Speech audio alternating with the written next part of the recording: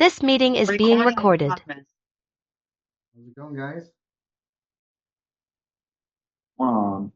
Hey guys,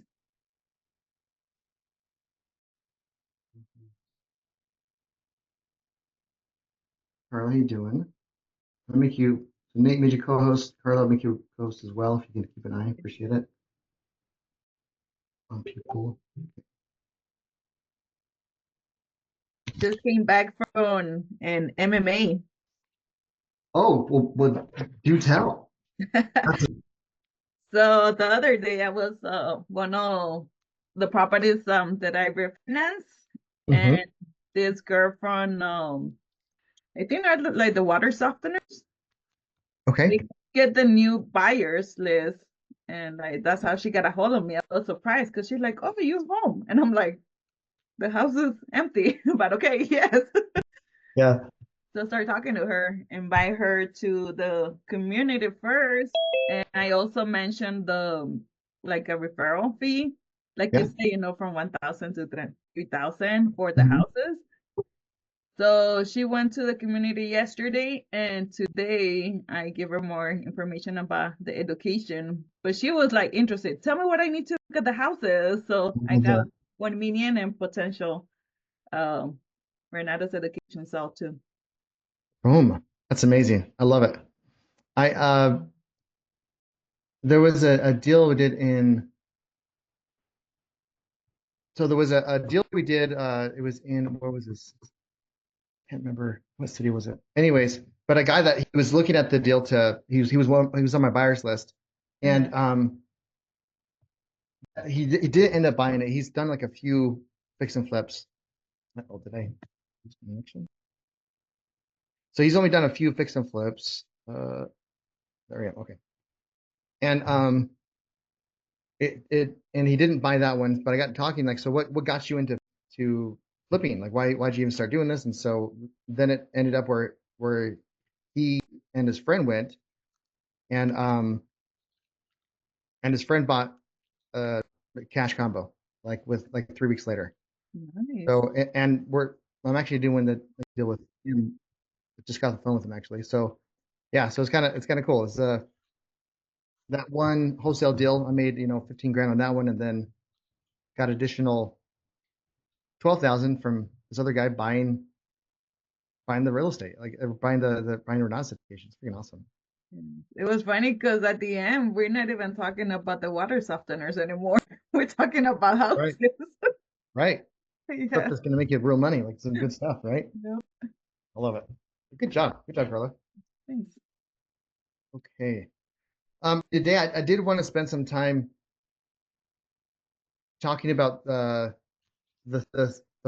Saturday event and to get some of your guys' feedback with what are your concerns about door knocking, what questions you have, and so we can kind of have a better game plan when we're out there and so everyone's feel comfortable so they can be knocking because obviously I can't be with everyone. So what would be, you know, and your homework for the week too is to watch the door knocking classes in the classroom, right? Um, what questions do you guys have about door knocking specifically that would be, You're gonna get on the meeting to me? what was that? Okay, all right, just want to check. Oh, Carla's actually, or not Carla, Laura's on the phone. Um, yeah, what you guys' thoughts on door knocking? I mean, nervous about it, excited about it, Yeah, really? Both. both. Yeah, I think that's a fair Yes. emotion. Yeah, I think like one of my concerns would be like getting stuck on what I'm saying, but at the end of Sure. the day, it's practice.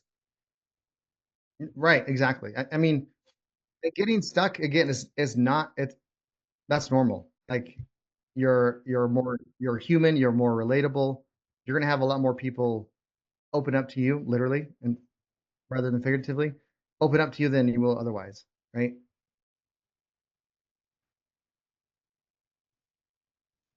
Okay.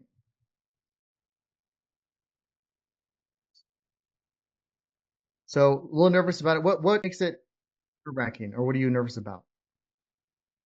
Is it something specific, or is it just like the rejection, or just getting stuck, or what do you think? Yeah, mainly just getting stuck and not know what to say, like.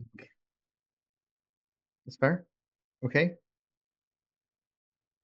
What about anyone else? What are you guys worried about, or what's your guys' thoughts on door knocking as we're prepping for Saturday? Really quick, where in the classroom is the door knocking? One more time. It sounded like you were talking. Where in the classes is the door knocking Oh, video? sure. Yeah, let me show you guys real quick. And then that's a great question. And and this.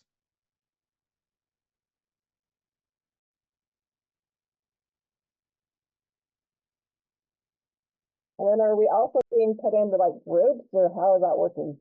Great question. So we're going to be set in groups because there's just no way that if there's 20 of us show up, that we're all going to be knocking on that same door, right?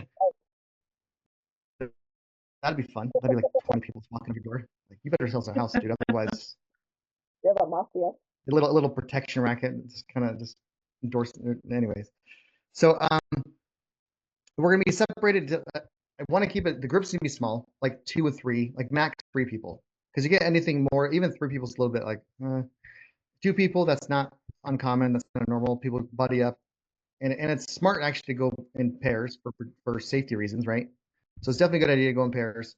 Um, so yeah, 2 and 3 people groups is what we're doing.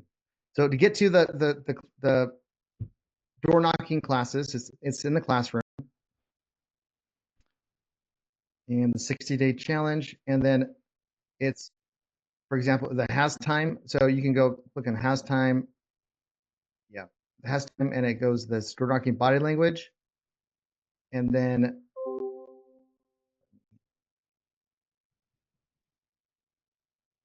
actually this. Okay, it's the body language.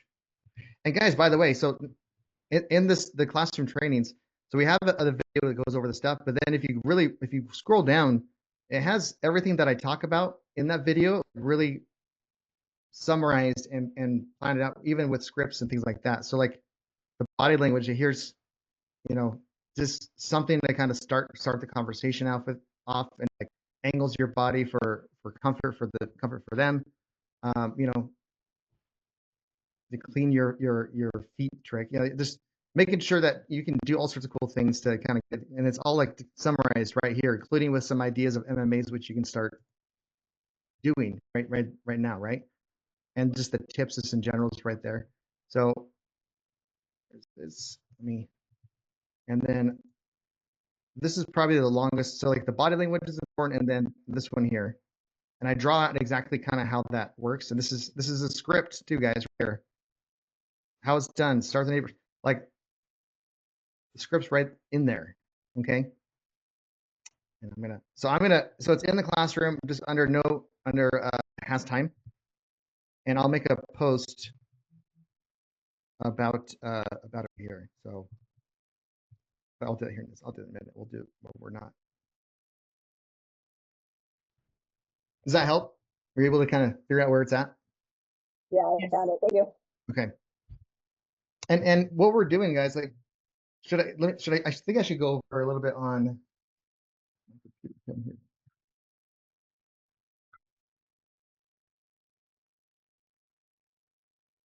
What other questions we have door knocking? Because I want to go over like the strategy that we'll be doing too, the technique.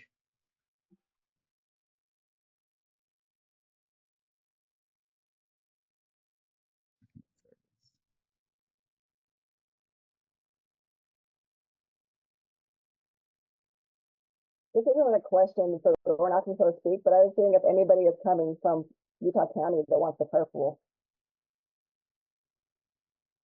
If anyone's going to Utah County that wants to what? The carpool? That's Okay, coming from Utah County that wants to carpool. that's a great idea.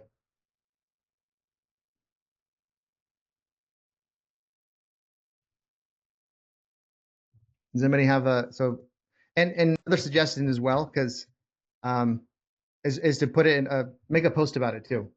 If someone wants to carpool, because maybe they're going to go to the challenge, they're not making the live calls or something. So that'll give you a little bit more leeway. Okay.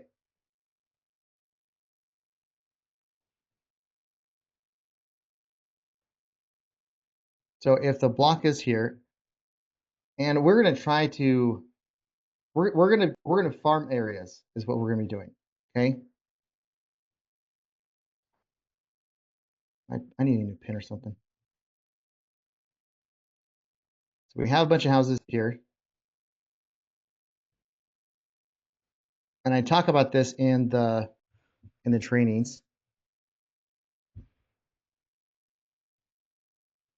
So if, and if we're like, the question is like, well, who are we knocking? What are we doing, right?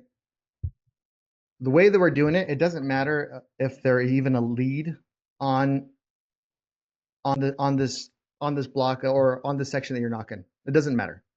But let's say that there is, right? So let's have a notice of default and of bill, I don't know. Notice of default, NOD, bill.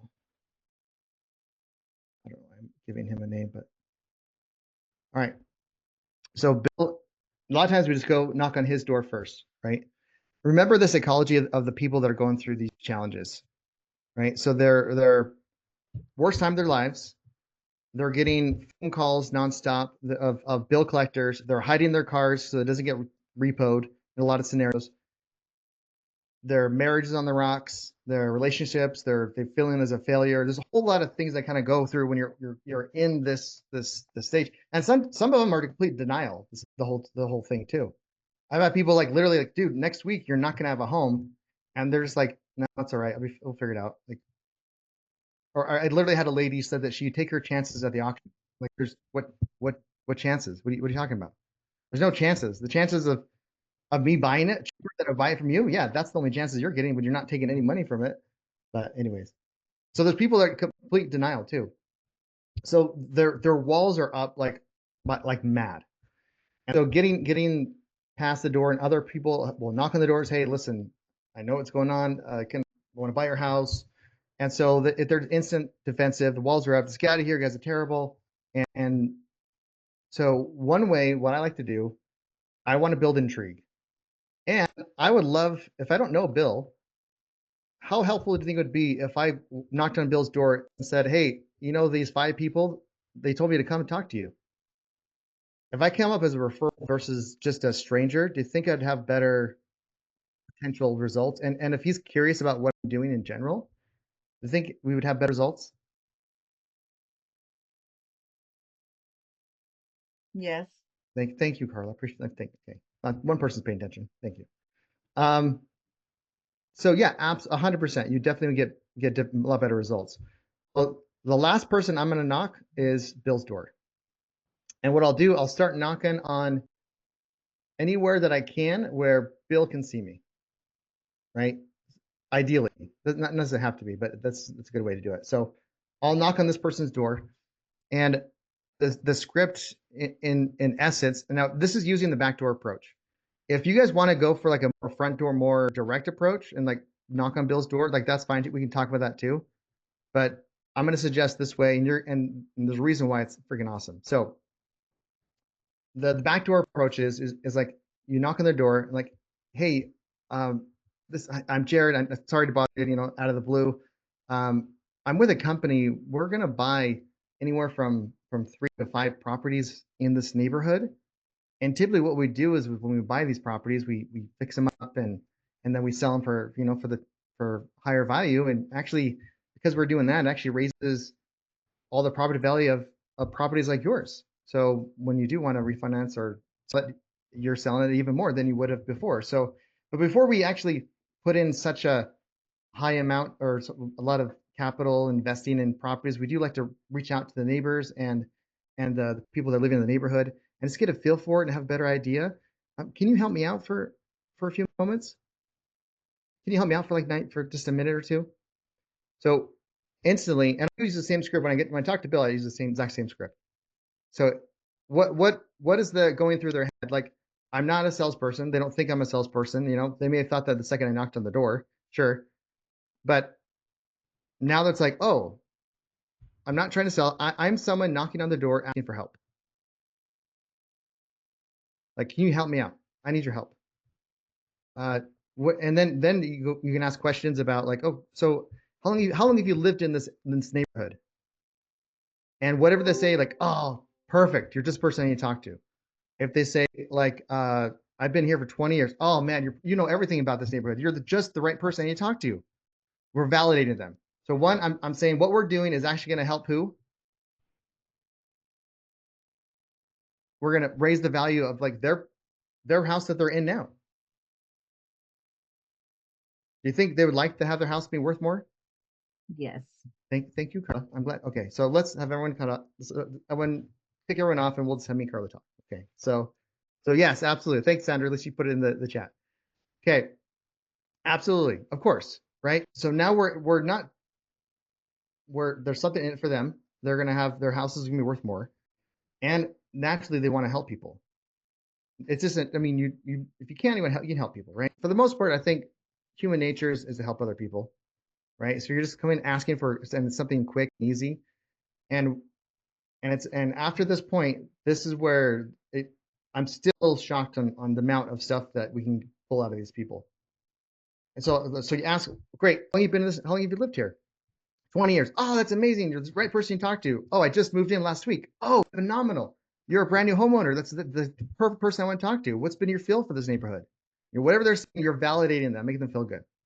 Like, oh, thank goodness, you're the right person to talk to. Let me ask you. So that's one question, right? So how long they live there? Is it close to work? Is it great for kids? Just these questions kind of don't really necessarily matter. Have you had any like challenges in the neighborhood? And then at that point they might point out some people that are really pain in the butt. And so after we ask them a few questions, like 3 or 4 questions, like you don't need to do a ton. After that, then you say, let me explain a little bit how we actually do what we do, and just to give you a better idea of what we do. What we do, we help people going through tough situations or like life changes. Like an example, people are going through foreclosure. Did you know there's actually like 4 people in this neighborhood going through foreclosure right now? I'm like, oh, I didn't know that. And the thing is, if that person you're talking to is that person, they're like, oh, one, they don't feel like you're their guard is down because you're not trying to buy their house as far as they're concerned, right? But and they feel alone. They don't feel like they're the only person having this challenge. When someone's going through this, 9 times out of 10, they feel like they're the only one that's going through this stuff. So one is like, oh, there's multiple houses going through foreclosure, and it's like, yeah, it's kind of a tough situation because the bank, they're not super nice about it. They'll take over, they'll kick people out, take over the house, and all the equity they have, they just lose. They have a foreclosure on their record, which usually, like, I know people that it stays on there for like 7 years, and they can't really, it's really hard for them to buy a house during that time, and it's just not a great situation, and just in general. So that's when we find these people and give them a fair market offer, and they walk away with equity, and then we're able to do any repairs or updates of the property and then sell it, and it's a really great win-win. We also help people like through maybe divorce, or like needs to sell quickly, lost their job. I've even helped people get out of some bankruptcy situations. You wouldn't know anyone that's going through a similar situation, would you? And this is where the tea gets spilled, because they'll start talking about, oh, you should buy that person's house, they're a jerk. Like, I've had people say that to me. Like, you buy that person's house, they're terrible, I hate them. Like, okay, well, what's their deal? Or oh yeah, I know Bob over here, he lost his job. Or, oh yeah, actually I think, or like, actually I might be interested, I might be looking to sell my property, then themselves. And then on top of that, you also say, we do offer referrals, by the way, of anywhere from 3 to 5, and whatever your number is. Like I typically say 3 to 5,000. If your comfort level, because you don't pay them unless you actually close the deal and make money, right? If your comfort level is $1,000, $500, $10,000, whatever, then that's the number you say. So there's no like have to say. I want it to be intriguing enough for them to remember it, and like, oh yeah, 3 to 5,000. Wow, that's a good chunk of change. That can, I can pay off. I can do whatever with it, right? So you're getting people intrigued just by asking all this stuff, right? And that's when they'll start saying the stuff about, oh yeah, so Jill over here. Come on. Yeah, right. Yes. Have you ever run into a situation where you tell them that there's people in foreclosure in that neighborhood, and they said like, oh, well, I'm behind on my payments, and what will be your next sentence? Yeah, which happens, right? Mhm. Because maybe we're talking to Sue over here, and this is almost a default, but maybe she's just barely starting, like especially putting it into context, like, oh, if you're behind on payments, banks aren't nice about it, take over, and maybe they're behind one payment, so there hasn't been a notice of default, but things are starting to get bad. Yeah, that does happen. So if they say like, yeah, I'm actually kind of behind, what do you think we would do? Like, oh, great, have you thought about selling the property before? And like, no, well, yes, I have, or I don't know what to do about this payment. So like, oh yeah, I mean, if depending how where you're at on the situation, I'd love to set an appointment and see what we can do to help. Because sometimes it's the best option for us or for you, for us to buy it, and there might be other options that other resources that we might be able to kind of help you find where you don't have to sell your house. Uh, would you be opposed if we came and sat down and talked to you and your spouse? So basically, it's like, oh, so have you thought about selling? Or yeah, great. Well, let's talk about some options that because I don't know if I can help you or not. They have to call. Remember, we are the price. Mhm. We are the price. We're not salesmen, right? Because the salesman, the status is kind of down here just because of the culture, right? But we're helping people. We're increasing their home value. We're saving people out of foreclosure. We are the price. And so I don't know if we can help you or not, but I'd love to sit down and have a conversation. So the whole point of these conversations is basically to set an appointment to actually give them an offer. So you don't need to come up with an offer right then and there. No need, right? Sometimes the scenarios where I have done something like that, but I can give an offer and be pretty close to where I'm at just with a few minutes search on my phone, kind of an idea. But if you're not in that spot, that's okay, right? That's totally fine. So set an appointment to come talk to Sue and whatever the decision maker's there. Does that help, Carla? Yes. Okay. Great question, by the way, because yeah, you'll get that stuff, right? And whether they're foreclosure, like, yeah, actually I have been thinking about selling. Like, what would you offer?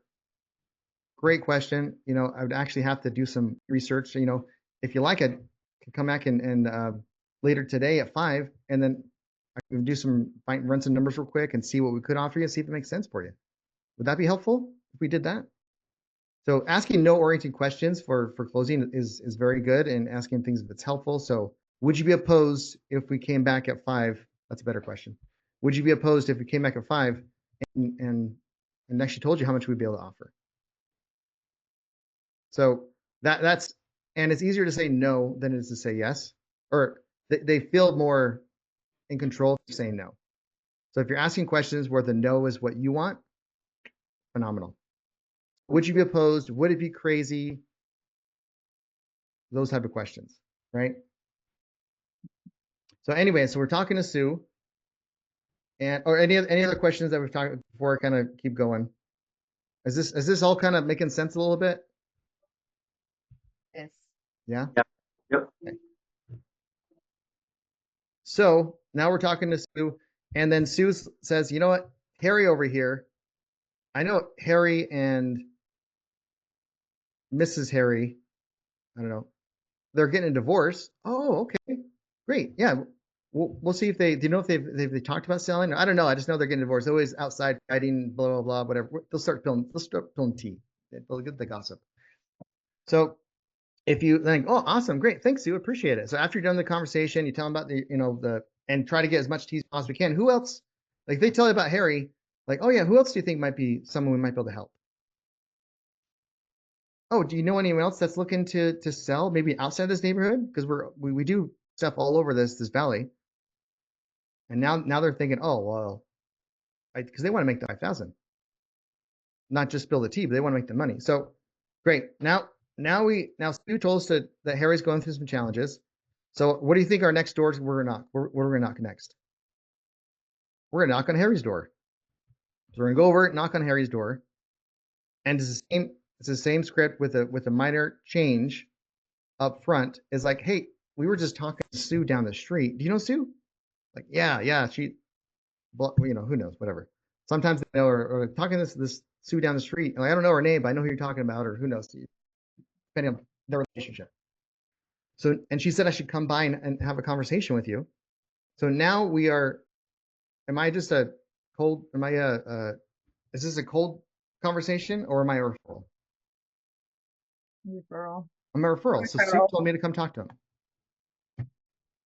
Instantly, you're in 3 feet deeper than you were before. And it's just from a straight up, just cold knocking on the door. So I'm talking to Harry, and I do similar, the same basic script, right? And maybe we don't ask them all the questions as far as like, so how long you lived here? Be like, hey, this is what we're doing before we put in such an investment. You know, there's a lot of people that are going through. I know what's kind of going on with them. Like, we help a lot of people going through, we buy properties that are going through foreclosure, and also, you know, divorces. If they're separating, they need to sell quickly. Don't worry about a realtor, and just get things done so they can move on with their lives. That we also help people like that.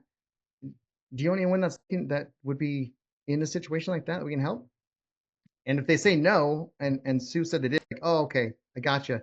Yeah, that's why Sue sent us over here. She said that you guys might be interested because they knew that some things were kind of rough with you guys. She thought you guys were separating, and so that's why she sent us over to see if we can help them. And then, do you know anyone else that might be in a situation like that we can help? Because we offer, you know, anywhere from 3 to 5,000 if you refer us to someone and we actually close on the property. Love to pay you $5,000. Would that be helpful right now if you made an extra $5,000 in the next couple of weeks? Yeah, I would. Well, how would that help you? I'm just curious. And then say whatever. Oh, cool. So we can get you that money. Who comes to mind that would be in a situation we can try to help? And then he'll talk about Bill or Jill, whatever.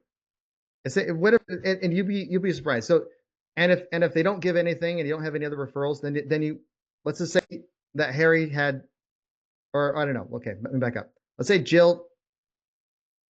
Harry referred us to Jill because she lost her job or whatever, or Harry hates Jill and just wants her to move. Cool. So now we have the conversation with Jill, and Jill doesn't know anyone, doesn't want to talk to us, whatever, doesn't answer the door. Cool. Then we go over, or we can go back to kind of where we're starting and kind of not miss a house. So then we can go back to here and then start knocking on that door. But when we're talking to that person, like, yeah, I was just talking to Sue down the street and then Harry just over here. You start spitting out their names of the neighbors, and like, you're gonna know more within a matter of a couple hours. You'll know more about the neighborhood than anyone else on the neighborhood. You'll know all the tea, all the gossip. You'll know it because it blows me away. So then we do that the same backdoor approach, and then so Matt right here, you know, we talked to Matt and is like, oh yeah, talk to my neighbor, and then you just keep doing it all over. And by the time we get to Bill's house, that's notice of default. Typically, if there's notice of default, maybe he probably doesn't have a job, and maybe you've noticed, because you always kind of notice that when the salespeople go in your neighborhood, you kind of like have an idea, oh, what's going on here? Like they're okay. They might notice that's going on, especially if you're worried about people repoing your car. You'll be surprised at how attentive you are of what's going on in the neighborhood. Just if a different car comes in, a truck comes in, tow truck. You know, you're definitely aware of stuff like that. So Bill might be more aware of our movements than a regular person. So when we get to Bill's house, he's already gonna be really curious about what we're doing, because we've been knocking on everyone's doors but his. And we do the same script. Oh yeah, by the way, we were talking to Harry, Sue, Jill, and Matt. As Matt is a funny kid. That dog is a pain in the butt, isn't he? Whatever. You like talk like a human, right? Like, if you're sounding like someone that's part of this neighborhood, because you're basically gonna be part of this neighborhood by the whole end of this. Talking like somebody, like you're part of this neighborhood, and then you're talking to Bill and say, this is what we do, this is how we help. To anyone that's looking for it. And if he says like, no, I don't know anyone that's in that situation, and like, you know what, Bill, I mean, can I be honest with you, or can I be upfront with you? Is that okay? So if he says, no, I don't know anyone that's going through foreclosure or anything like that at all, and we know he's on his auction list is like next week or whatever the date is. The reason why we knocked your door, but specifically, you know, I mean, obviously, you know, Sue said that told us to come by, but we were planning to knock on the door anyways, because it seems like you're on the notice of default list. So the bank filed, and it's like public record. So we were able to kind of pull it up, and we help people, like I explained to you before. Were you able to kind of figure that all out, or are you open, or would you be opposed to talking about other options that might be able to kind of get you out of the situation? So then that's when I come clean. That's more front door approach. Like, hey, Bill, I know you're on the needs notice of default list. That's actually why I'm here. Have you figured that out already? And would you be opposed of talking about some other options that might help you out? I'm not opposed about getting options. I'm about to lose my house in 2 weeks. I guess so. Yeah. Okay, awesome. Can I come by tonight at 5, and would the missus be there? Or would the husband be there too? I want to make sure that we have all the, if you're anything like me, I want to make sure that if I'm going to make a decision on how to stop the foreclosure or what's the best options, I want to make sure if I make the decision without my wife there, like, I'm in big trouble. So is there anyone else that would need to be there at 5 to make the final decision? And then they'll say whatever they're going to say. So now you want to have, because that way, if you get all the decision makers there, you're not going to I got to talk to my husband about this. I got to talk to my wife about this, But you set the appointment, and then you come back, right? Is this clicking a little bit? Or is this making sense, guys? Yes. Yeah. Okay. What questions do we have so far? And Jared, I'm curious, do you do kind of like an ARV analysis before you go into the neighborhood to understand kind of the values of the properties? Or? No, because remember the rule. We don't do any research until we talk to someone, right? So Yeah. no, we don't. Because there's no point in, anyways, because here's the thing. If I went through and did the research, and you can if it's like 12 o'clock at night and there's no one to talk to and you're awake and you want to do some work, then sure. Yeah, then awesome. But if it's like in waking hours where other people are alive, I'd rather you spend that time making a phone call or knocking on a door or doing something, sending a text message, something, some actual MMAs rather than that. And it gives a rough idea, sure. But the thing is, if I'm talking to Bill and Bill's like, yeah, come back at 5, and you want it sooner than later, if you can do that same day, providing your schedule, awesome. Maybe already have an idea or plan out the next 2 days or so, because maybe tonight's a bad night or whatever, but tomorrow night they can, or tomorrow afternoon. So have an idea when you're knocking as far as when you can set some appointments. And I wouldn't necessarily do the binary close. I'd just be like, hey, at 5 o'clock tonight, would you be opposed to that? And then they say no. Okay, then I tell them my next best moment, my next best time to do it, and then go from there, right? Maybe find out the work schedule, whatever. But to answer your question, no, because by the time I can do all that stuff after I've actually talked to him, and we have an appointment set, great. Now because I want to show up knowing what the offer is going to be. I'm going to walk the property and get a really good feel for it. Depending how you can, if they do set an appointment, if you want to walk it right then, if they have time, cool. That's awesome. Go ahead, do it. What about I guess once you set that appointment, are you if you have a title company contact, are you seeing what like their mortgages and stuff are owed on there? Does that come up on the notice of default list of what's owed and due? A lot of times it depends on the notice of default, but a lot of times it doesn't show up. You can kind of look it up, but typically I just get it from the seller. Okay, I just ask them what's owed. Right, like we recorded and he didn't know I was recording, by the way, but yeah, Nate's a good sport. But a conversation with a seller that we had, and he was on point. I was just kind of there in the background, and it was just like if you act like it's not a big deal when you're asking that information, it's not going to be a big deal, right? Mm-hmm. And so Nate did an awesome job. He just asked the question like, so what's your mortgage?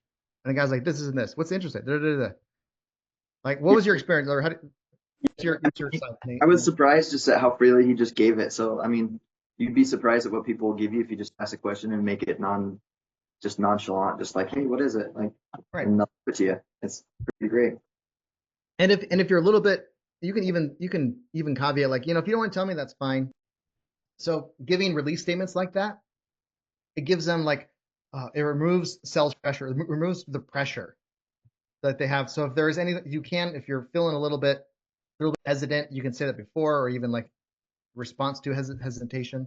Like, you don't tell me, that's fine. I get it. But what's your mortgage statement or mortgage statement? What's your payments on this property? It's really easy so when I'm going to, when I'm like belly to belly, I have a notepad or like I have my phone that has my pin on it and stuff. Your notepad's a really great tool for the negotiations and just talking to them. So like I'm like writing things down and I'll say, so tell me what's the mortgage on this property? And I'm not looking at them, looking down with my pen ready to write the answer. And then if it's silent, I just still keep looking at the pin. And eventually, like, okay, yeah, 200,000. Okay, got 200,000. And then the interest rate. Do you know that on top of your head? So stuff like that, right? So you'd be shocked on how easy it is. And you want to trust but verify, because sometimes they lie to you for whatever motives they have. It's fine. But trust but verify. So by the time you have an idea, like, and it's like, oh, do you have what's your last bank statement? Do you have that handy? And then you pull it up, and then you have all the information right then and there. It's great. A lot of times they can just pull up on their phone. Like, you don't have it on your phone, do you? And so yeah, it's pretty. You'll be shocked on. Again, you'll be shocked on the amount of gossip and details people will tell you about their neighbors. You'll be also shocked on the free ability of people getting that information. And if you're really like nervous about asking the question about their personal information, they're going to feel hesitant. Oh, he's kind of nervous. Like, they're going to pick it up, whether they get it consciously or not. But it's like, he's nervous about asking this. So maybe I shouldn't tell him or tell her, or what, you know what I mean? Jared, when Yes. you go inside the house, because let's say they let us go inside the house, how do you observe the house? Because like, Yep. do you go like when you go like just regular and look at your property, you look up the roof, or do you kind of go like under, just be more mellow, I guess? Absolutely. Okay. So what I like to do is it's the right hand approach. Okay. So what I'll do, because you can miss rooms and stuff. I mean, I'm not climbing up in their attic and like checking out their foundation, like going into their crawl spaces, nothing like that. I'm looking for potential challenges. I don't know. I'm trying to run a house, and I'm not doing a great job at all. But let's just say this is, I don't know, whatever. So what I'll do is, like, if this is the house, and once we're coming to look at it, so I'm gonna go through here, and I'm gonna basically keep my shoulder, not literally, but keep my shoulder on the right side of the walls, and there's a door there that I'm gonna go in there, and so I'm always gonna be on the right side. So I'm gonna see everything, because I'm just going to be turning to the right as much as I can if that makes sense. So you're just going to keep turning right where you can and follow the wall, and then you're not actually like following the wall, but like, you know, that's the pathway. So you're not missing a door, you're not missing rooms. So you have how many actual rooms there are, because sometimes the county records are not accurate. And you're looking for, there's some key things you're looking for, like cracks is a indication. Now, sometimes it's because it's settled or it's just like a little plaster crack. That's nothing. Don't worry about that. And you can ask. I mean, Maylee does this phenomenal job at this. You're like, oh, what is that? Tell me about that. Just curious about stuff like that. And so you want them to tell you. If you act like that's that's terrible, then there's like the pendulum swing. Like, oh well, yeah. Oh, that's a terrible. Yeah, that's gonna be terrible. That is just. Oh no, that's a really big hole, isn't it? Oh, it's not that big. That's what they're going to think, right? Or if I say, yeah, this place, I would definitely see why you want to sell it. It's pretty rough shape. Oh, well, I mean, it's not. What do you mean rough shape? I've been living here for 20 years. I just cleaned it. Meaning they cleaned the aisle from between all their garbage, right? So it's asking them. You want them to say the negative things, and you're the positive, right? So tell me about that. What is that? And so you're looking for cracks. You're looking for, and this is assuming it's not like a complete like gut job, right? So this stuff you need to be noticing. Discoloration on the ceiling. So if there is leaks, and if it's multiple floors, and there's a leak on the first floor, then it's not necessarily because the roof's leaking, but probably because there's a plumbing leak, right? Which is probably there's a water damage spot, and you can assume there's probably mold there there too. Like, oh, what happened there? Jeez. And so you can ask those questions and just be curious as you're walking through it. You're looking at the outlets. If it's 3-pronged or just 2, you know, the older school ones where it's just 2, it doesn't have 3-prong. Yes. If it's a 2-prong, you assume you have to redo the entire electrical. So that's going to be 8 to 10,000 depending on the size of the property. Okay, so that's because it's not going to be in code. You know, if it's sometimes you get it like grandfathered in depending if everything's okay, but if you're going to sell it, no, that's a waste of your time. It's not going to qualify for financing anyways. So that's a good indication you have to redo the entire electrical. So the 3-prong, so the electrical, like the just challenges on roof leaks, and the windows too. See if the windows been updated. If it's like the thin pale black of windows or the double paned, you know, in the last like 20 years or so, then probably okay. But look at the windows, see if there are any cracks, see if they are like updated windows. You want to make sure that that's gonna be something you factor in. How new is the furnace? And you can sit in a kitchen that looks terrible and like, oh, so when was the last time you guys updated this? The same thing like on the phone. When was the last time you guys updated the kitchen? Oh, we haven't. We've been here for 20 years. We haven't updated. Oh, okay, got it. So, and you're also setting those, even though you know it hasn't been updated for 20 years, you're asking that question because you want you want them to say that because like, oh, it's been 20 years since 20 plus years since it's actually been updated. So now they're and you just being curious, like, have you had any, like, oh, those are, yeah, that's really cool. Like antique plugs. I mean, antique sockets, like the 2-prong. That's awesome. I like to look at that. Like, have you guys had any challenges with that? Because I had friends of mine where they're like that, and they had to gut the whole thing and replace it. Have you had any electrical challenges? So you can say things like, I know someone that has a friend. So you're not saying like you are, or this is bad. Does that make sense? You're putting it out. And just being curious and asking those questions and walking through. I don't know if I don't think I'm explaining this as well as I probably should, but, and you don't necessarily have to do the right hand rule, like just going through, keeping your shoulder against the right side of the wall. But it's a good just rule of thumb, especially if you're not used to kind of walking, because sometimes you'll get some really, really weird layouts and you'll miss like an entire living room or an extra kitchen sometimes. I'm not even kidding. So, and if you do go in, make sure that if it's from the first initial set, like, yeah, let's talk 5. Can I come and take a look real quick on the property just to see how things are? Just have an idea of how the condition goes. Just make sure you're going with someone, right? Especially if no one knows where you're at or anything like that. Just let's be safe. Does that help answer the question? I know that was a long answer to a short question, but Yes, I will send you my location once I go inside. yeah. Exactly. Well, just don't go if we're budding out. Make sure I mean, if we're going in 2s or 3s, then make sure they're coming with you. You know, and you should find. But perfect. What other questions do we have about door knocking or concerns about the? Are we gonna go in groups or yeah, okay. Yep, great question. So we're going in groups of 2 max 3. Because if it's more than that, then it's just it gets awkward. Of course, like I said before, we can do the mafia style and all 20 of us go and we'll get people to sell their house in duress, but it's fine. There's my pen. What any other questions do we have about door knocking just in general or? Jared, Yes. I had a question. So I am kind of struggling a little bit Okay. about how I can separate myself from being the real estate agent that I'm used to perform as a real estate agent with a wholesaler situation now that I'm brand new on this.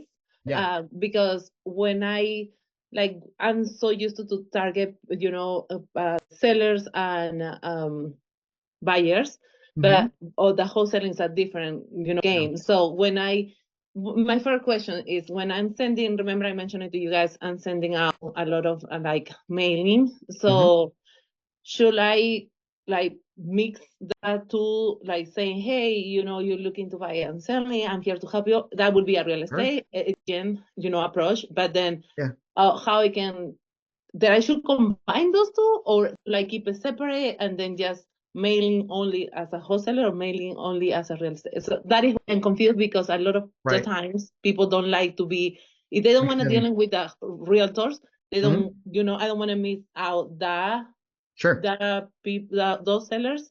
Mhm. And so yeah, basically that question. is what I'm struggling. No, it's a great question. So my answer to that in the shortest way is like, I'm leaving here with something is equally applied to this. So I'm like really out of focus, am I? Okay. So I'm leaving here with something is equally applied to this. And I actually got my license in 2019 and I had it for 2 years. The reason why I got my license because I just wanted another tool in my tool belt. Now, obviously, when you are knocking, and if you have zero intentions to list any properties, you still have to say that you are an agent. Somewhere in the conversation, like, I'm an agent. I'm not looking to list your property. I'm looking to buy it. That kind of a thing. That's kind of good enough for a disclosure of an agent, right? I think you'd have to see a brokerage, whatever. But offer to go through the route, like you're going to try to buy the property, right? Because you'll probably make more money and have stuff in the long run. And then when it's if you end up giving them an offer, or they're like, I'm not actually interested, and like, oh, so maybe they have a plenty of time to sell their property, and so that's why there's no urgency, so they don't really want to take the price that makes sense for us to give. So it's like, okay, so what are you planning to do then? I totally get if you can't make this up, this my offer doesn't make any sense, not a problem. I totally get it. So what's your plan now? If you still tell me you wanted to sell it, but my offer's not good enough, totally fine. Are you just gonna list it, or what's your thoughts? Like, yeah, we'll probably list it. And like, oh, great. But by the way, if you want, I can list it for you. Here's because you already kind of built rapport at that point, and then it's like, because they already know you're an agent. And so it's like, yeah, you can build that rapport by asking them genuine questions about them, not the, hey, what's your favorite sports team questions, but yeah, you're more likely to get listings from after building another rapport, and if nothing else works, then cool. I want a listing. I'm looking for something. I want a referral. I want a contract. Okay, great. I want a listing. You know what I mean? There's something. I want to leave with something. So yeah, I would just use it both personally. Everyone's a little bit different. Sometimes they just don't want to even touch, but the sheer fact that you have to disclose that you are an agent, like that's already kind of out there. Okay. And on the mailing, should I do the same? Like, I'm willing to buy the house. Yeah, absolutely. It's just like what makes sense. What makes sense for you in the scenario? That's what you should do. Offer first. If that doesn't work, then what's the next one, right? It's like, I'm more than happy to list it, and like, oh, but we don't have enough time. Okay, what if I buy it? I think it'd be better the other way around, but still, whatever's your best scenario, do that. Okay. Yeah, that was bringing it up because I do the wholesaling part with my husband, and then I told him like, hey, I've been already like driving for dollars. I have a lot of the materials now that I need to start reaching out, and like, okay, how we want to do this? Like, I just send the whole mailing by myself. I should do real estate, and he's like, I get it. Like, if we should be combining those two or separate them, and we were confused on that. As far as like the marketing stuff, if it's coming from your husband, then you don't have to worry about disclosing the agent part. But if you're the one contacting them, knocking on the door, then yeah, you would have to disclose, right? But if your husband's and you're a spouse of an agent can buy a house as much as he or she wants, right? There's no like that shouldn't stop them from doing anything, right?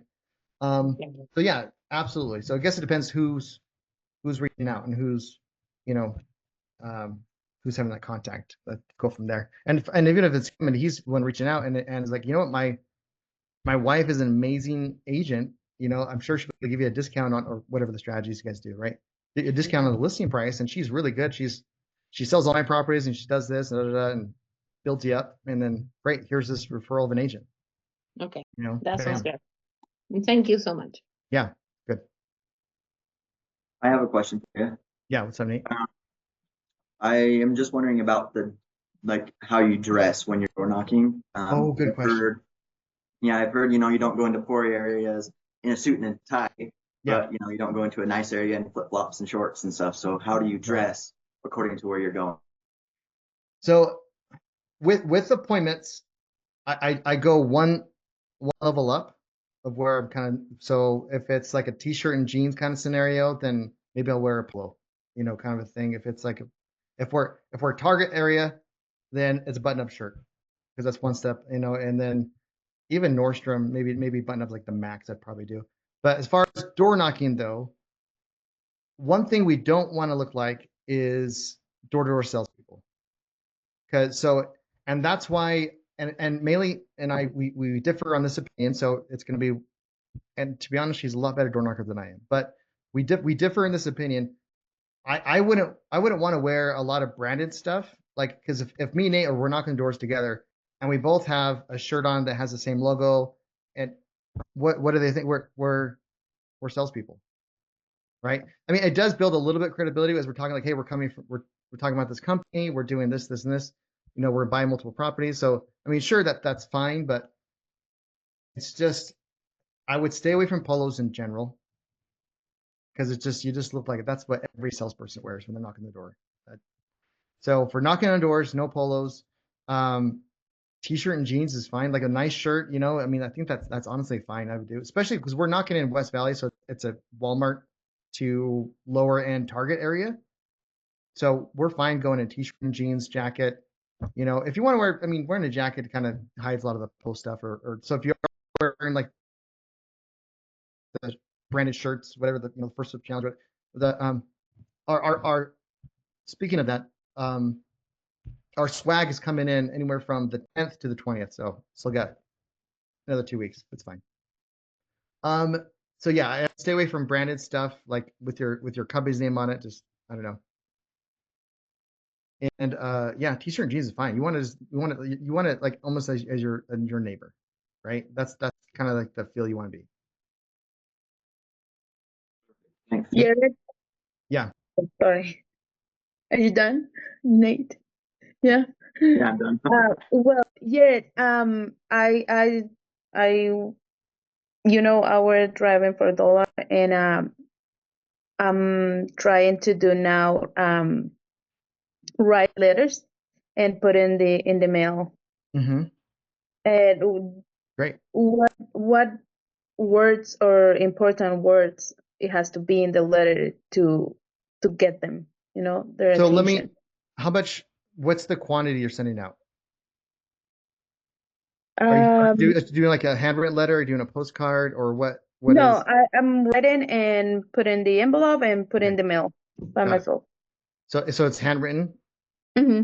Okay, that helps. Okay, so handwritten letters, and if it looks like someone just send it to you, like that's a great. You're gonna get a bigger open rate. So if you have a small mailing list, if you're gonna do handwritten, I think that's fine.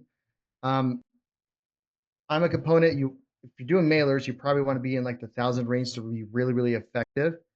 But if you have like a smaller list and you want to spend a little more time on sending out those mailers, as far as like the chances of them opening, handwritten stuff, and if it looks like it's just like your neighbor just mailed it to you, so it's not in like a business envelope, it's just like those small regular ones, handwritten address. It takes more time, but more people will open those letters than they would of just like a postcard or whatever. Like they'll actually read it in because it's a handwritten letter. I had someone sent a letter to our house, and it was a letter, and it had a stamp, or they just did it themselves, but it had like like lipstick, and you kissed, like a kiss print, it was red. I was like, what the heck? I was so curious, like, what the heck is this? Like, at first I opened it for my wife sees because she would piss at me for whatever, you know what I mean? But I was like, I gotta open, what is this? And it's like, oh, that's actually really smart. So if you're doing like, you can think outside of the box, your creativity, especially if you don't have a massive list and you want them more likely to open and read it, then the better chance, right? Because it feels like you're not just one of those doing the postcards. So if you are doing a small number of mailers, then you need to be kind of creative with the mailers to be any somewhat of effectiveness. Does that make sense? Yeah. So Okay. handwritten, and if you get a kiss stamp, of try that. I'm curious to see the results. I'll do it. Yeah. I'm gonna press here. And when my first mailing campaign, I to reduce costs, because I didn't have a ton of extra funds at the time. I I printed off a bunch of those postcards, and then I had my kids putting on the individual labels of the addresses and stuff like that. We had a little sweatshop in our living room, and so it was thousands of letters, and they were just like putting. I think I paid them like a penny each for each label. They And put on. what should I write? Okay, phenomenal. It depends on. Okay.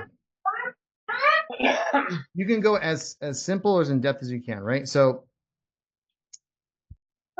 hey, my name is Anna. I'm with this company. If you have an LLC, if you don't have an LLC, don't worry about it. Hey, this is Anna. My husband and I are looking to buy a property in the like the speech. The script for cold calls. This works great. My husband and I are looking to buy a property in the neighborhood.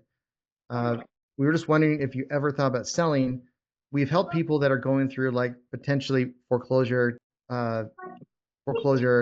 bankruptcy, divorces. In you can do in the classroom where I say Facebook free ads. I kind of go over a little bit of a template of what you can kind of put in it.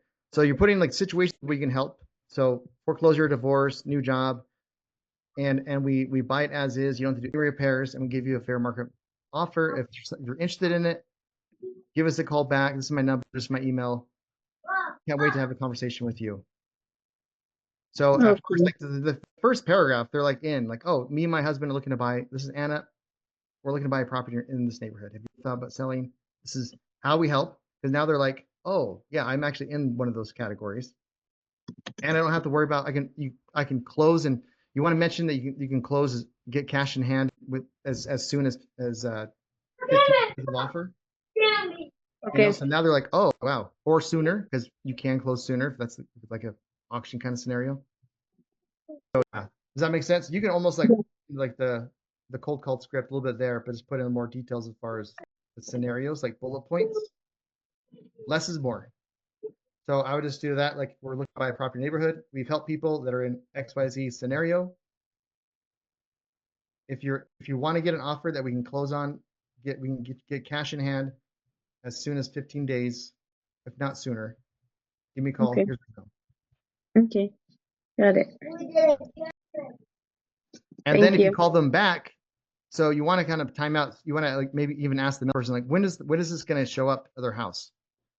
So you mail it on Monday, and like, yeah, it'll be in their house Wednesday afternoon or Thursday afternoon. Cool. Thursday afternoon should be the time to call them. Okay. Because then if like, oh, hey, I just sent you a letter. You are not just some sleazy investor. You've put time into like you're gonna break through a lot more walls like that. Like, oh, hey, this is Anna. I sent you a letter. Were you able to get it? That could be your that's your opening line. Like, hey, I just sent you a letter. I was just wondering if you're able to get it or not. Well, what letter is that? Like, I thought it'd be sent today. I don't know. Well, what's it about? Like, oh, well, my husband is looking to buy property in the neighborhood and go through.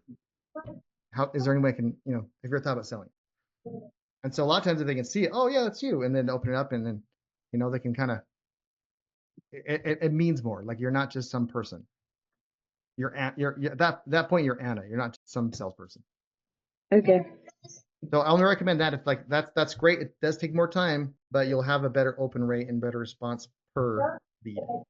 And the same with door knocking. Like if you have access to like you're getting lists and leads pretty easily, then door knocking may not be the best use of your time. But if you have like a smaller list and it's like I'm gonna knock on these doors and the thing is like maybe because we're farming and you're getting other leads, that could be a really great lead source, and so that's fine too, right? But if I have a smaller list, I'm definitely gonna do door knocking because it's more effective per lead. It takes more time. Does that make sense? I want to put down. Yep. Okay. Thanks. I have a question. Yes. If you start making letters, how many letters can you send a day or a week to be available to get a new deal? Or the same person. Something. Is there saying how many touches do you need? Yes. Right? Is that what you're asking? So yes.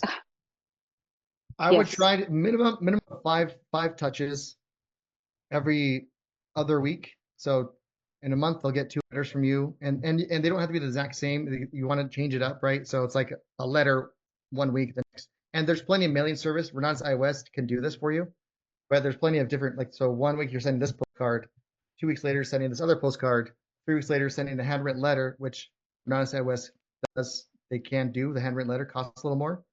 My only beef on that is it's always in cursive. So if anyone born not before the 90s, they don't know what it's gibberish. So that's my only beef with that. But it looks really nice. It does. I mean, it's great. It's handwritten. It's in the regular letter. But you could do multiple different types of contact every 2 weeks, and have folk like call those people. Like I think Gavin, the instructor of Renatus, which is foreclosure, he does like the 3-touch. He sends them a letter. He calls them and he knocks on the door. And each one kind of brings in like, hey, by the time he's knocking on someone's door, it's like, hey, and that's how he gets in, right? It's like, I sent you a letter last week and I gave you a call. I wasn't able to get a hold of you. I mean, did you get my letter? Oh, sounds great. And you're like, what? Oh, what letter? Yeah, I was talking about. So now they're curious. Oh, you sent me something? Again, if the goal is to build intrigue when you're talking to these people, right? So it's like, hey, did you get my, and always build intrigue. Disarming and building intrigue. That's what you want to do. Because like if they're interested to open enough to open your letter, that first paragraph has to be intriguing enough for them to continue reading. Where it's just like, oh, Anna, my name's Anna. Me and my husband are looking to buy a property in the neighborhood. Like, oh, what? Okay, this could be a neighbor. Do I know Anna? Neighbor? You know, they'll start thinking those things. They're gonna be curious and keep on reading. Awesome. Any other questions? Because we're about time, but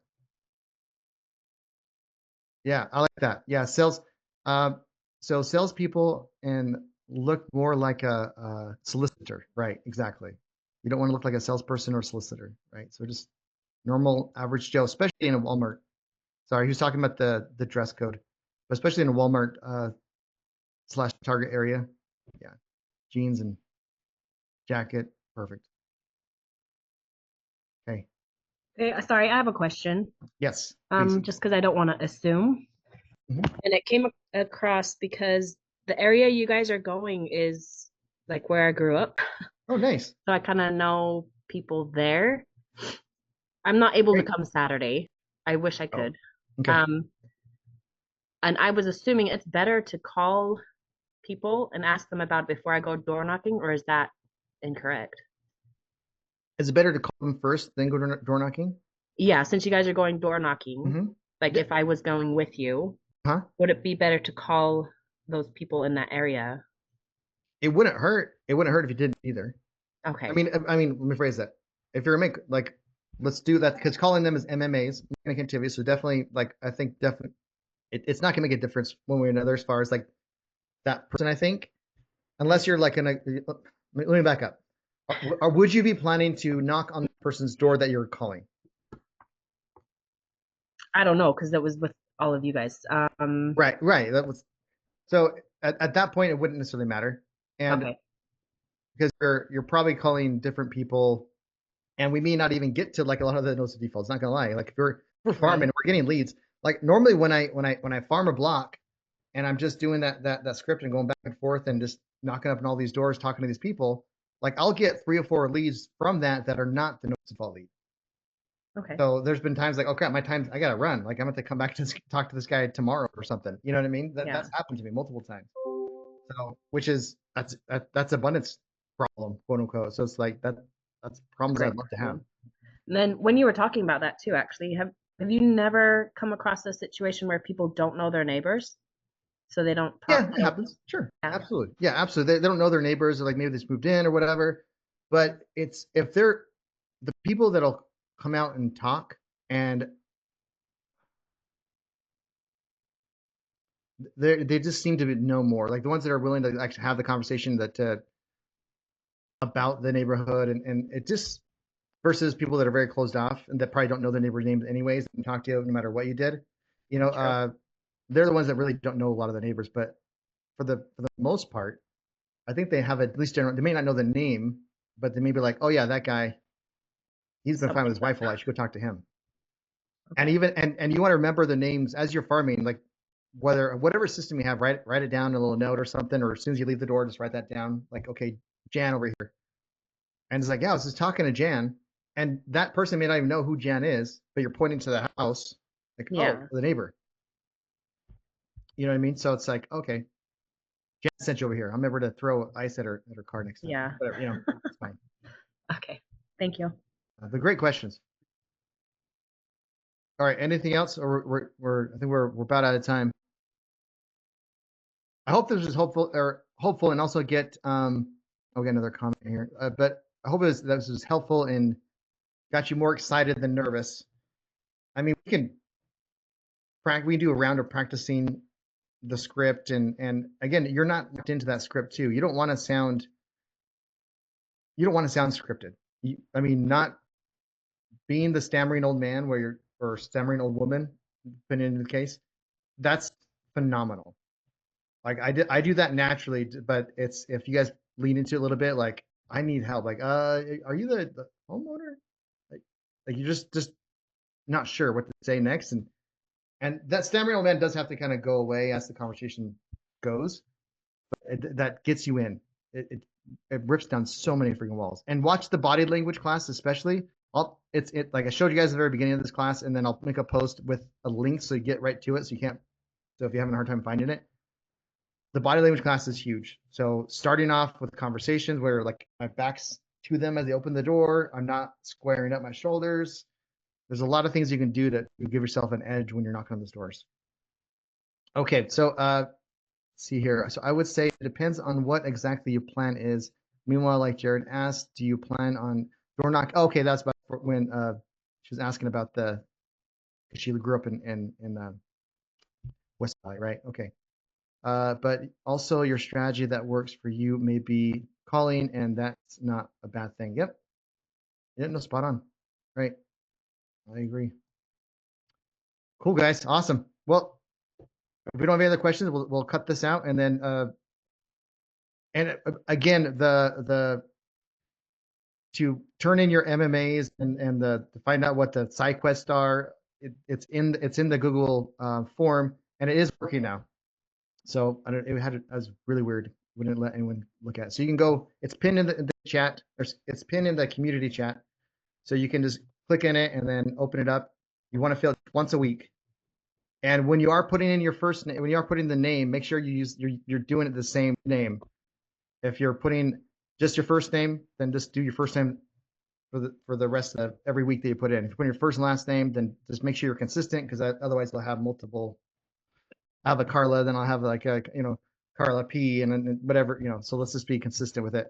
And same with the email stuff. Does that make sense? Okay. Phenomenal, guys. Well, I appreciate you. Let's do this. I'm excited.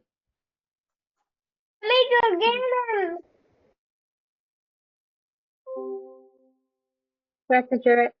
Thank you. Yeah.